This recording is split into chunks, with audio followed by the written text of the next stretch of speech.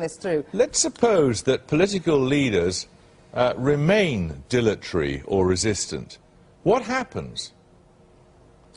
If they cannot address this in a credible way, I believe within perhaps 2 to 3 weeks we will have a meltdown in sovereign debt, which will produce a meltdown across the European banking system. We're not just talking about a relatively small Belgian bank. We're talking about the largest banks in the world, the largest banks in Germany, the largest banks in France. That will spread. It will spread to the United Kingdom, in part through sovereign debt problems in Ireland. It will spread everywhere because the global financial system is so interconnected. They are each all those banks are counterparties to every significant bank in the United States and in Britain and in Japan and around the world. This would be a crisis that would be, in my view, more serious than the crisis in 2008.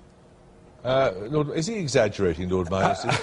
I wish I could give a more cheerful complexion, but we're on the verge of a perfect storm. A number of European countries cannot raise money.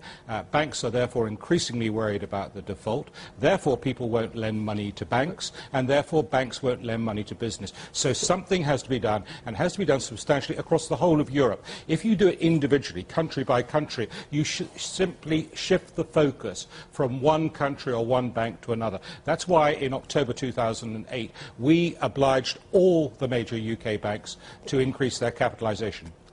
We're often accused, journalists, of being apocalyptic, but this is an apocalypse, isn't it? I mean, what happened to the spirit of the G20? Well, I think on a more positive note, you can still see a way around this. I mean, you can still see a way of taking concerted action which would now...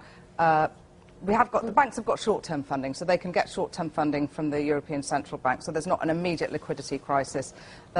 If we can get a situation where the banks are recapitalised, where the Greek situation is sorted out, and the markets can therefore be convinced that Spain and Italy, which are really the big ones, will get through this, even with some trouble, and we can push things out a couple of years until that happens, then I think it can still be averted. Are we talking about a crisis here that affects, apart from the taxpayer having to bail out a bank if action is taken, if the banks go under, does it affect ordinary people? Well, it will have an effect on economic activity. It's worthwhile saying here, Jeremy, that the UK banks are pretty strongly capitalised. This is not a problem for UK and Scandinavian banks.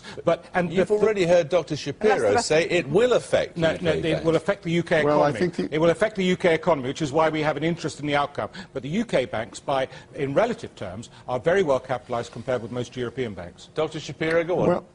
Well, what we don't know, we do know, for example, in the United States, our banks have relatively little exposure to European sovereign debt. They've been getting rid of those holdings for a year. However, no one knows the state of credit default swaps held by these institutions against sovereign debt and against European banks. Nor do we know the state of credit default swaps held by British banks. Nor are we certain of how serious the exposure of British banks is to Ireland's sovereign debt problem. Right. What needs to happen right now, Lord Minus? Very significant agreement across Europe to recapitalise the banks. This problem can be solved, Jeremy. It's within the wit of man to do it, but it requires the political will of Europe's leaders to agree a programme as soon as possible. And thus far we haven't seen it, have we? No, I mean, they're talking in more urgent terms about the plan for the plan, but we haven't got the plan yet, and we need to get that now. Thank you all very much indeed. Thank you. We really need two things. We need not only to recapitalise the banks, even more crucially, we have to come up with a credible plan to preserve the stability of the sovereign debt of Italy and Spain. Okay, thank you all very much indeed.